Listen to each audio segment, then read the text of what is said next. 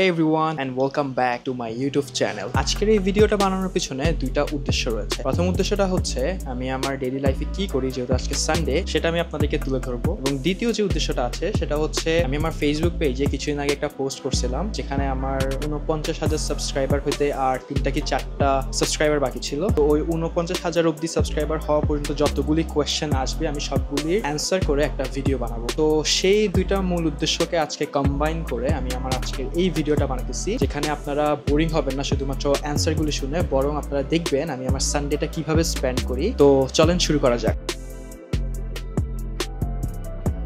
So আজকে হচ্ছে আমার এখানে সানডে, আর সানডে মানে ইউএসএ তে হলিডেজ থাকে স্যাটারডে এন্ড সানডে। আর আজকে থেকে হচ্ছে আমার সামার ভ্যাকেশন স্টার্ট হয়েছে। এবং আজকের ওয়েদারের কথা যদি আমি আপনাদেরকে বলি, খুবই সুন্দর ওয়েদার।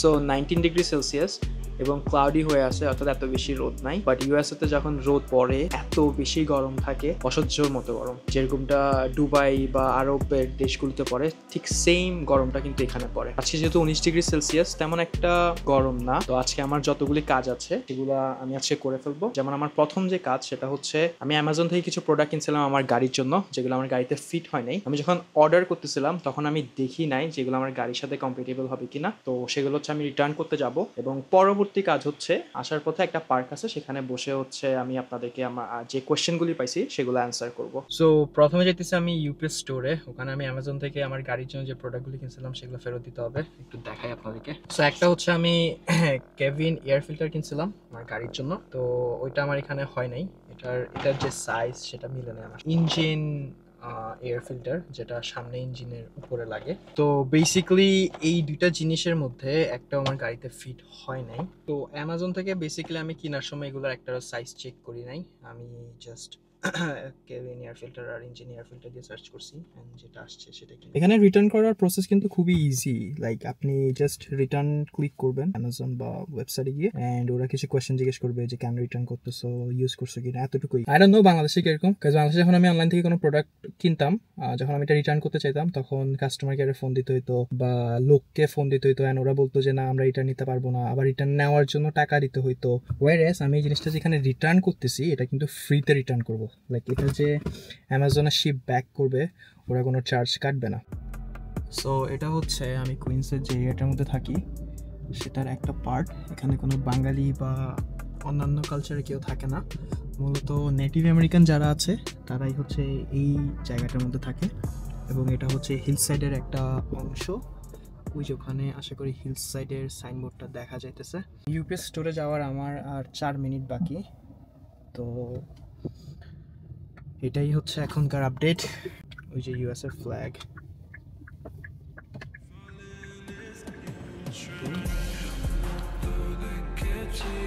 এখানে বাড়িগুলো দেখতে কিন্তু অনেক সুন্দর। যেখানে বাড়িগুলো দেখেন,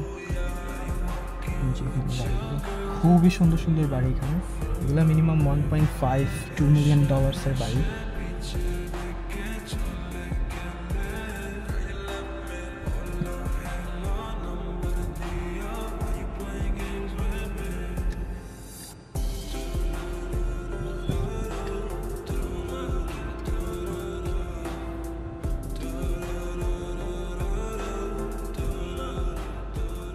সো ফাইনালি আমি চলে আসছি ইউপিএস এর এখানে। আমি আপনাদেরকে একটু করে দেখাবো জায়গাটা। আলহামদুলিল্লাহ আমার বাসা এখন যেখানে, সেখান থেকে সবকিছুর অ্যাক্সেস খুবই কাছে কাছে।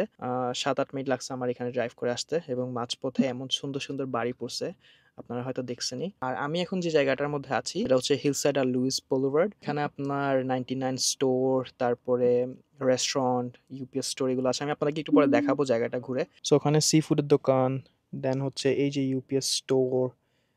এই জায়গাটার মধ্যে হচ্ছে সব আপনার এরকম দোকানপাট আছে। এবং এটা হচ্ছে একটা বড় পার্কিং লট, আর এখানে আমার গাড়ি পার্ক করা আছে। সো আমি যে 99 স্টোরের কথা বলছিলাম সেটা হচ্ছে ওই যে ওখানে। সো বেসিক্যালি ইউএস এর প্রতিটা জায়গায় এরকম একটা ছোটখাটো একটা হাব দেখা যায়, যেখানে আপনি অলমোস্ট সবগুলি চেইন স্টোর বা যে জায়গাটার মধ্যে যে জিনিসটা একটু বেশি ফেমাস সেই স্টোরগুলি পাবেন। তো আমি এখন যাই আমার জিনিসগুলো ফেরত দিয়ে আসতে। সো এখানে যে মাঠটা আপনারা দেখতে পাচ্ছেন, একটু পরে আমি মাঠে আসব এবং এখানে এসে আপনাদের যত ধরনের প্রশ্নগুলো আপনারা আমার কমেন্টে করছেন সবগুলোর উত্তর দিব। বাট এখানে এসে উত্তর দেওয়ার আগে এই টাইমটাতে আমি কি করব সেটা আমি এখন আপনাদেরকে দেখাবো। আমি যখন ওই অ্যামাজনের প্রোডাক্টগুলি ফেরত দিতে যাই তখন দেখি যে ব্রিজের নিচে এখানে একটা মোবাইল ক্লিনিং স্টোর, লাইক যেগুলো গাড়ি ক্লিন করে। তো আমি ওর সাথে কথা বললাম যে আসলে আমার গাড়ির ইন্টেরিয়ার ক্লিন করতে হবে। আমরা এক্সটেরিয়ার তো অনেক বেশি ক্লিন করি, বাট ইন্টেরিয়ার ক্লিন করি না। আমার গাড়ির ইন্টেরিয়ারে একটু ব্যাড কন্ডিশনস আছে, যে এটা ক্লিন করতে কত ডলার নিবে। তো ওরা আমার গাড়ির কন্ডিশন দেখলো, ভিতরে সব কিছু দেখলো অ্যান্ড বললো যে আচ্ছা কত ডলার লাগবে সেটা আমি ভিডিওর শেষে মানে ক্লিনিং শেষে আপনাদেরকে বলতেছি। তো আমি চিন্তা করলাম যে হ্যাঁ করাই ফেলি, যেহেতু আজকে আমি বের হয়েছি অ্যান্ড আমি ফ্রি আছি। সো বেসিক্যালি এখন আমি আসছি ওর বাসার সামনে। আমার পিছনে দেখতেছেন ও আমার গাড়ির ভিতরে সবকিছু বের করতেছে, এখানে রাখতেছে। আর আমার এই যে পিছনে দেখতেছেন যে সব যন্ত্রপাতি, তারপর ক্লিনিং স্টাফ সব এখানে আছে, এবং ওখানে একটা ট্যাঙ্কিও আছে যেখান থেকে সে পানি বের করে এটা ক্লিন করবে। সো আজকের ব্লগের একটা পার্ট হইতেছে যে আমার গাড়ি ক্লিন করতেছে, সেটা আমি ইনক্লুড করব। এদের সাথে আমি কথাও বলবো, আপনাদেরকে দেখাবো। তো শুরু করা যাক। আর তার আগে আমি আপনাদেরকে একটু আমার গাড়ির কন্ডিশনটা দেখাই, যে আমার গাড়ির ভিতরে কেমন কন্ডিশন। সো এটা হইতেছে আমার একটা গাড়ি, অ্যান্ড এইটার ভিতরে ক্লিন রাখার চেষ্টা করি অলওয়েজ, বাট স্টিল যেমন এখানে দেখতেছেন সিটের এখানে, দেন এই যে এই জায়গাগুলোর মধ্যে ড্রাইভার সিটের এখানে আরও অবস্থা খারাপ। এই যে এটার ভিতরে এখানে অবস্থা খারাপ। ইন্টেরিয়র একটু ব্যাড কন্ডিশন আছে, নট গানা লাই। সো এই যে এইসব জায়গাগুলো, দেন সিটের এখানে যদি দেখায় এবং এই যে এই জায়গাগুলো, সো ওরা সবগুলি ক্লিন করবে, ভ্যাকিউম করবে, শ্যাম্পু করবে, অ্যান্ড আফটার কি হয় সেটা আমি আপনাদেরকে দেখাইতেছি।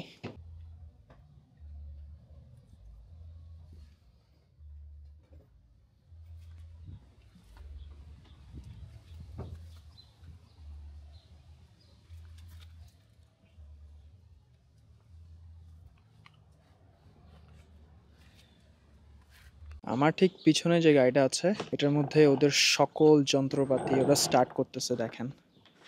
সো সকল যন্ত্রপাতি বের করতেছে গাড়িটা ক্লিন করার জন্য। আর এটা হচ্ছে আমার একটা নতুন এক্সপিরিয়েন্স, কারণ এর আগে আমি কার ওয়াশে গেছিলাম এক্সটেরিয়র ক্লিন করার জন্য, ইন্টেরিয়র কখনো ক্লিন করি নাই। অ্যান্ড এই গাড়িটা নেওয়ার পরে আজকে প্রথমবার আমি এটার ইন্টেরিয়র ক্লিন করতেছি।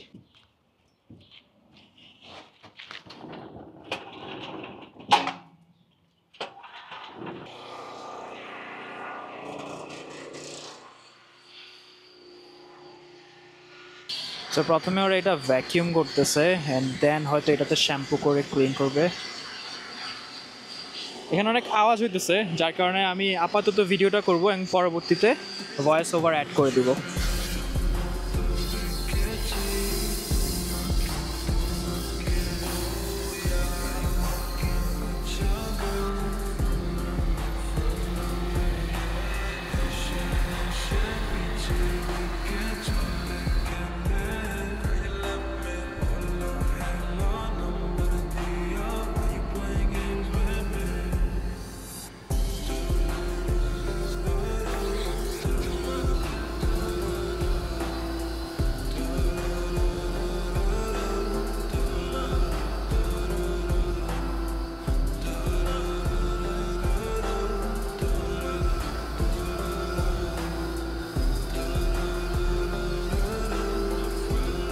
অ্যাকচুয়ালি আমি এদের সার্ভিস যতটা খারাপ মনে করছিলাম, এদের সার্ভিস কিন্তু এতটা খারাপও না। কারণ আমার প্রথম প্যাসেঞ্জার সিটটা এখন 10 মিনিট ধরে হয়ে গেছে, তারা এখন এটা ক্লিন করতেছে।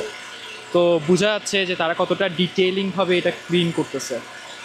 এখন মাত্র প্রথম প্যাসেঞ্জার সিটটা হাত দিয়ে ক্লিন করতেছে, দেন এটা শ্যাম্পু করবে, দেন আবার এটা ভ্যাকিউমও করবে। তো অনেক ডিটেইলিংভাবে তারা এই কাজটা করতেছে, যেটা আমি একদম এক্সপেক্ট করি নাই। বাট আমার থেকে আসলে অনেক ভালো লাগতেছে, অ্যান্ড অলরেডি অনেক বেশি সুন্দর সুন্দর স্মেল পাওয়া যাচ্ছে আমার গাড়ি থেকে। So I am pretty much happy. মূলত এখন ওরা শ্যাম্পু যেটা দিয়ে করে সেটা সেট আপ করতেছে, অ্যান্ড এখন এটার এক সাইড দিয়ে পানি বের হয় আমি যেটা দেখলাম, এবং অপোজিট সাইড দিয়ে ভ্যাকিউম করে।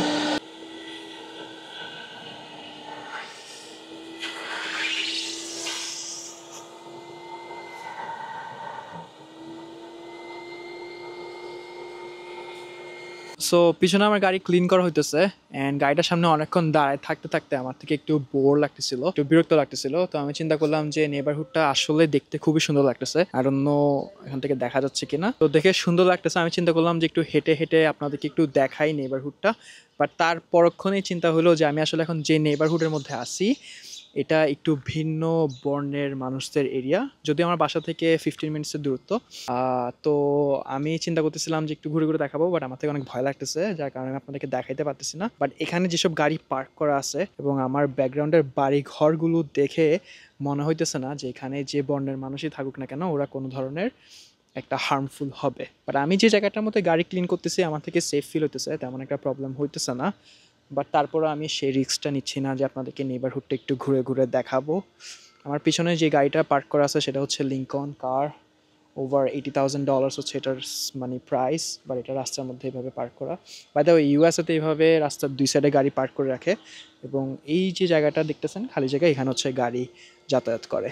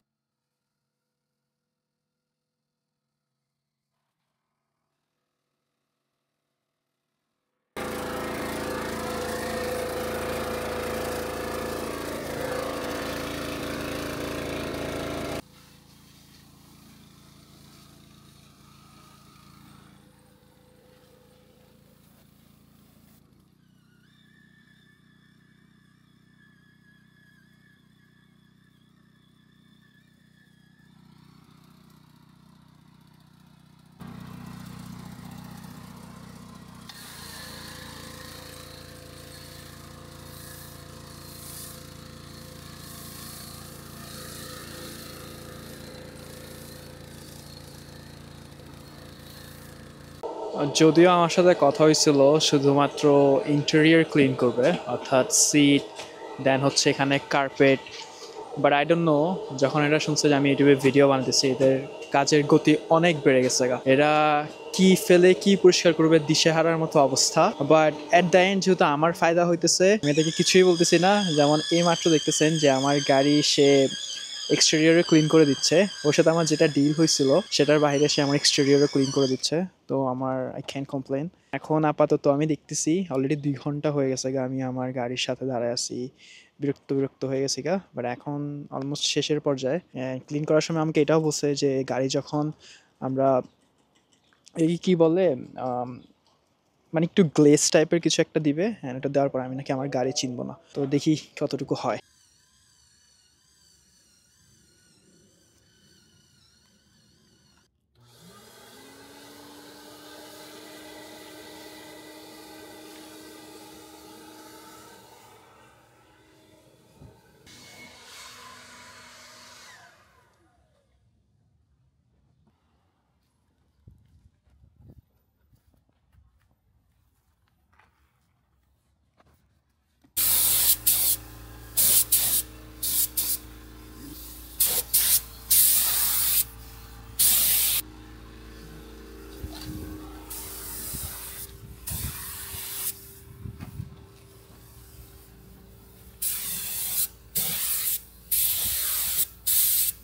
আমি যা এক্সপেক্ট করছিলাম তার থেকেও বেশি এটা ক্লিন করা হয়েছে। অ্যান্ড এটার ফুল ক্রেডিট যাইতেছে হচ্ছে আমার পিছনে দুইজন লোক দেখতে পারতেছেন ওদেরকে।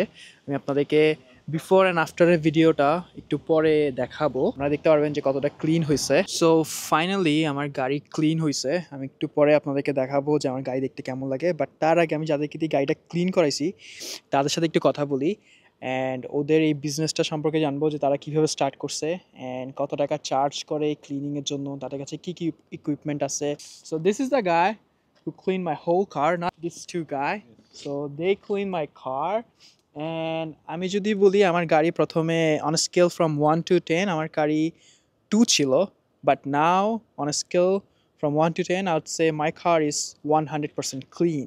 So I'm gonna ask them how they did it, what equipment they use, and stuff like that. Tell me about it, like how. Well, I use power washer, a vacuum, and a suction vacuum to do the seats and stuff like that.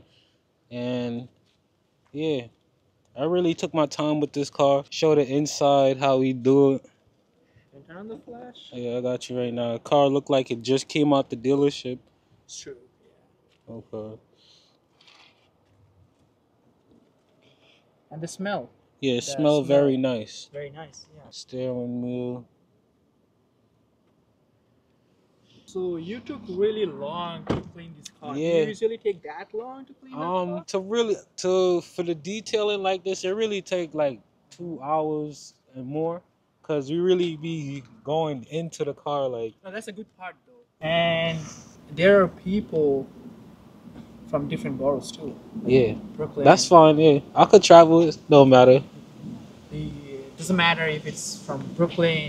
Yeah, Queens. Brooklyn, Queens, Bronx, Manhattan, Long Island. probably New Jersey. I won't go. Nah, but yeah, I'll go to New Jersey. Yeah, if they pay for the, yeah, I'll go.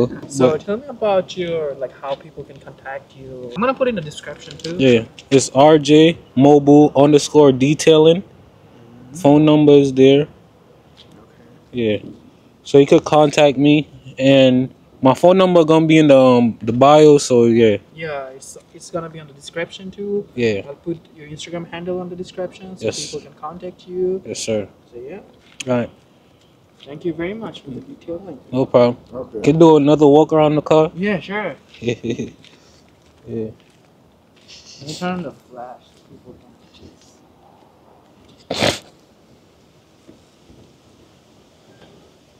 And you should show them in the morning time too.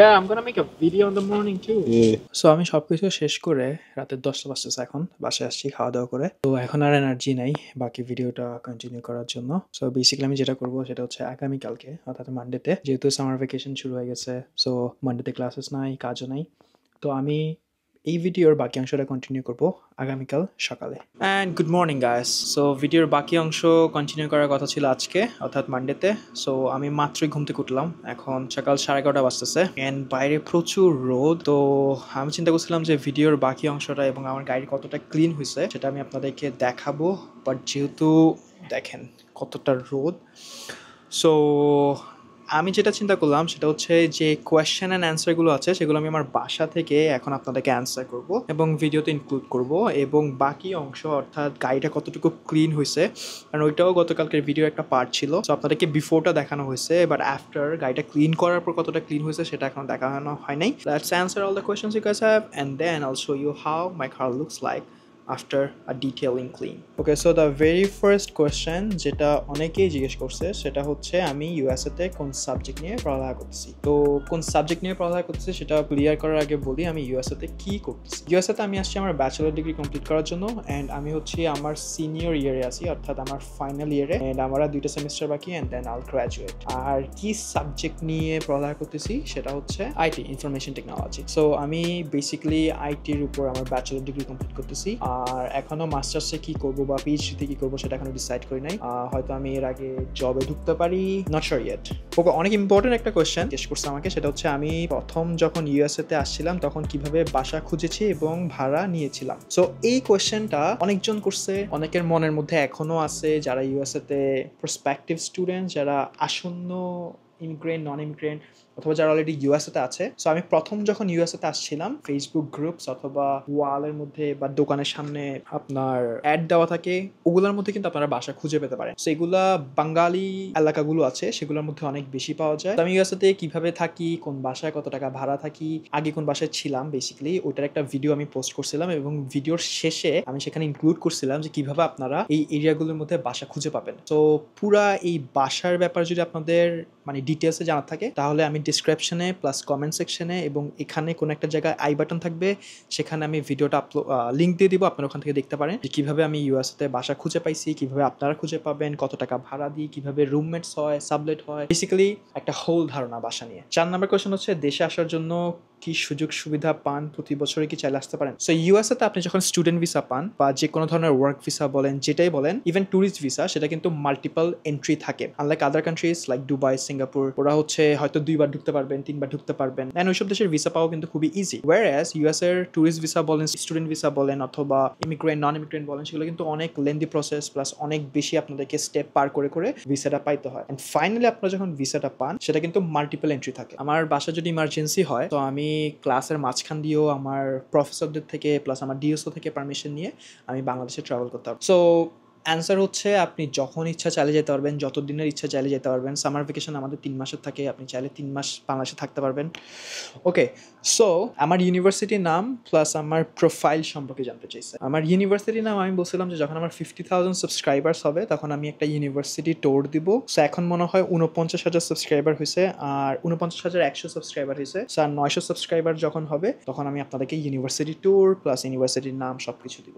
Okay, so এখানে যে কোয়েশ্চেনগুলি করা হয়েছে এগুলো খুবই important questions. আমি কোয়েশ্চেনগুলি পড়তেছি আর আমার থেকে ফিল হইতেছে যে এগুলো নিয়ে আসলে একটা ডেডিকেটেড ভিডিও বানানো উচিত ছিল। বাট আমি যদি একটা শুধু কিউএনএ ভিডিও বানাই তাহলে আপনাদের থেকে দেখতে অনেক বোরিং হবে। তো এটার কারণে হচ্ছে আমার ডেইলি লাইফ ব্লগের মধ্যে এটা ইনক্লুড করছি। কোয়েশ্চেনটা হচ্ছে, বর্তমান পরিস্থিতি বিবেচনা করে 2026 সালে ইউএসএ স্টুডেন্টদের জন্য কতটা কি হবে আপনি কি মনে করেন? ফার্স্ট অফ অল, ইউএসএ তে স্টুডেন্ট ভিসা ডিপেন্ড করে না যে কোন সরকার টার্মে আছে, বাট কিছুটা হার্ড কিছুটা ইজি হয় ভিসা পাওয়ার ক্ষেত্রে। কিন্তু ফর এক্সাম্পল এখন ট্রাম্প হচ্ছে current president, but that doesn't make our self or hour study hard. আমাদের সিলেবাস যেটা ছিল সেটাই আছে, আমাদের জব পাওয়ার অপরচুনিটি যেটা ছিল সেটাই আছে, বরং ট্যারিফের মাধ্যমে ইউএসএ তে প্রেসিডেন্ট ডোনাল্ড ট্রাম্প অনেক বেশি কর্মসংস্থান ক্রিয়েট করতে চাইতেছে, and he is on the way to create more jobs and opportunities for immigrants, non immigrant students. 26 সাল, 27 সাল, 25 সাল কোনো কিছুই ম্যাটার করে না। If you are capable enough, আপনার থেকে যদি মনে হয় যে হ্যাঁ আমি ইউএসএতে শুধুমাত্র আপনার ডিগ্রি নেওয়ার জন্য বা পড়ালেখা স্টুডেন্ট ভিসা এসে যদি শুধুমাত্র স্টুডেন্টের মতো চিন্তা ভাবনা করেন তাহলে ইউএস পারফেক্ট। আপনি যদি ওয়ার্ক ভিসায় আসেন অ্যান্ড ওয়ার্ক করতে চান তাহলে ওইটা পারফেক্ট। কিন্তু আপনি যদি স্টুডেন্ট ভিসায় এসে এখানে অ্যাসাইলাম সিক করেন, that doesn't make any sense. আমি যদি একটা পারফেক্ট এক্সাম্পল আপনাদেরকে দিই, আমাদের বাংলাদেশে মিয়ানমারে কিছু রোহিঙ্গা এসে থাকছে, বাট এটা কি আমাদের বাংলাদেশের পছন্দ হয়েছে? আমরা যারা বাংলাদেশে থাকি, চিটাগংয়ে থাকি স্পেসিফিক্যালি, যেমন আমি চিটাগংয়ের ছেলে, তো চিটাগংয়ের কক্সবাজারে আমরা যখন যেতাম তখন এসব রোহিঙ্গাদেরকে দেখতে আমাদের কিন্তু ভালো লাগতো না, আর এগুলো যতটা পরিমাণ ক্রাইম স্টার্ট করছে সেগুলো কিন্তু ভালো ছিল না। সো সেম আপনি যদি ওইভাবে চিন্তা করেন এবং ভিসাটার অপব্যবহার করলেন, আপনি এখানে থেকে গেলেন গা, বা স্টুডেন্ট ভিসা এসে আপনি এখানে স্টুডেন্টের মতো কাজ করতেছেন না, আপনি এখানে কাজ করতেছেন শুধু পড়ালেখা করতেছেন না, তাহলে কখনোই ইউএস আপনার জন্য না। টুডে হোক, টুমোরো হোক, অর ডে আফটার টুমোরো হোক, আপনাকে ইউএস গভর্নমেন্ট বা আইস বলেন বা হোমল্যান্ড সিকিউরিটি বলেন বা এটাকে কী বলে আইআরএস বলেন, আপনাকে খুঁজে বের করবে আপনি ইলিগাল যদি কোনো কাজ করে থাকেন। ডিপেন্ড করে আপনার উপর যে আপনি আপনার ভিসার কি ভালো ব্যবহার করবেন। যদি ভালো ব্যবহার করতে চান ডেফিনেটলি ইউএসএতে আসা উচিত, যদি খারাপ ব্যবহার করতে চান ডেফিনেটলি ইউএসএতে আসা উচিত। এরপর আরও একটা ইম্পর্টেন্ট কোয়েশ্চেন হচ্ছে, সোশ্যাল সিকিউরিটি কীভাবে পাওয়া যায় অ্যাজ এ স্টুডেন্ট। আমাকে একসাথে 4টা কোয়েশ্চেন করছে, বাট একটা একটা করে আমি অ্যান্সার করি। সোশ্যাল সিকিউরিটি ইউএসএতে সোশ্যাল সিকিউরিটি কীভাবে পাওয়া যায় তার আগে আমি আপনাদেরকে বলি যে সোশ্যাল সিকিউরিটি নাম্বারটা কী। বাংলাদেশে আমার এনআইডি নাম্বার আছে, ইউএসের মধ্যে সোশ্যাল সিকিউরিটি নাম্বার। এই একটা নাম্বার দিয়ে আপনি যে একটা মানুষ, সেই মানুষটাকে ট্র্যাক করা হয়। কে ট্র্যাক করে? গভর্নমেন্ট, আইআরএস বা যে কোনো একটা ফেডারেল এনফোর্সমেন্ট। সোশ্যাল সিকিউরিটি নাম্বারটা কিন্তু ওয়ার্ক অথরাইজেশন না। একটা বাচ্চা যখন আমেরিকাতে জন্ম হয় তখন সাথে সাথে তাকে সোশ্যাল সিকিউরিটি নাম্বার দেওয়া হয়, সেই সোশ্যাল সিকিউরিটি আন্ডারে একটা ওয়ার্ক অথরাইজেশন দেওয়া হয়, তার মাধ্যমে আপনি কি কাজ করতে পারবেন কি করতে পারবেন না সেটা ডিপেন্ড করে, রাইট? সো ইউএসএতে যত ধরনের লিগ্যাল কাজ কারবার আছে, ক্যাম্পাস এমপ্লয়মেন্ট অথবা অফ ক্যাম্পাস এমপ্লয়মেন্ট, সবগুলোই কিন্তু আপনাকে সোশ্যাল সিকিউরিটি নাম্বার রিকোয়ার করে। তো আপনার সোশ্যাল সিকিউরিটি নাম্বার লাগবে এবং সেই সাথে ওয়ার্ক অথরাইজড কিনা সেটা ম্যাটার করে। আপনি যখনই কোনো একটা কাজ করতে যাবেন লিগালি, অবভিয়াসলি আপনাকে ট্যাক্স পে করতে হবে, এবং সেই ট্যাক্সটা কীভাবে পে করবেন, আপনার ব্যাংকে কত টাকা ঢুকতেছে, কত টাকা পে চেক পাইতেছেন, কিছু ডিপেন্ড করে এই সোশ্যাল সিকিউরিটি নাম্বারের উপরে। তখনই কেবল এই সোশ্যাল সিকিউরিটি পাবেন যখন আপনি কোনো একটা ওয়ার্ক অথরাইজ হয়েছেন। যারা নন ইমিগ্রেন্ট, আমরা কিন্তু জন্মের সাথে সাথে ইউএসএতে সোশ্যাল সিকিউরিটি পাই না, বাট আমাদেরকে সোশ্যাল সিকিউরিটি দেয় না, নই বা দিবে। আমি এখানে পড়ালেখা করতে আসছি, জব নাই, তো কেন আমাকে ট্র্যাক করবে টাকার ক্ষেত্রে? সেক্ষেত্রে আমরা সোশ্যাল সিকিউরিটি পাই না। বাট যখনই আপনি কোনো একটা জব করবেন বা জব পাবেন তখন আপনাকে ওয়ার্ক অথরাইজেশন নিতে হবে, এবং সেই ওয়ার্ক অথরাইজেশন ডিপেন্ড করে সোশ্যাল সিকিউরিটির উপর। ইউএসএতে ল্যান্ড করার পর কীভাবে ভার্সিটি চেঞ্জ করা যায়? সিম্পল, আপনি একটা ইউনিভার্সিটিতে যখন অ্যাকসেপ্ট হবেন সেই ইউনিভার্সিটিতে বলবেন যে আমার অলরেডি ভিসা আছে এবং আমি অন্য একটা ইউনিভার্সিটিতে পড়ালেখা করতেছি। ওরা আপনাকে I-20 ইস্যু করবে, সাথে একটা ট্রান্সফার ফর্ম প্রোভাইড করবে। ওই ট্রান্সফার ফর্মে আপনার যেই এক্সিস্টিং ভিসা আছে এটা আপনার এক্সিস্টিং ইউনিভার্সিটি থেকে ফিল আপ করাবেন, সব কিছু করবেন। সো বেসিক্যালি আপনি যখন দুইটা ইউনিভার্সিটির সাথে কন্ট্যাক্ট করবেন তখনই ওরা একটা আরেকটার সাথে কন্ট্যাক্ট করে আপনাকে সেভিস ট্রান্সফার করে দেবে।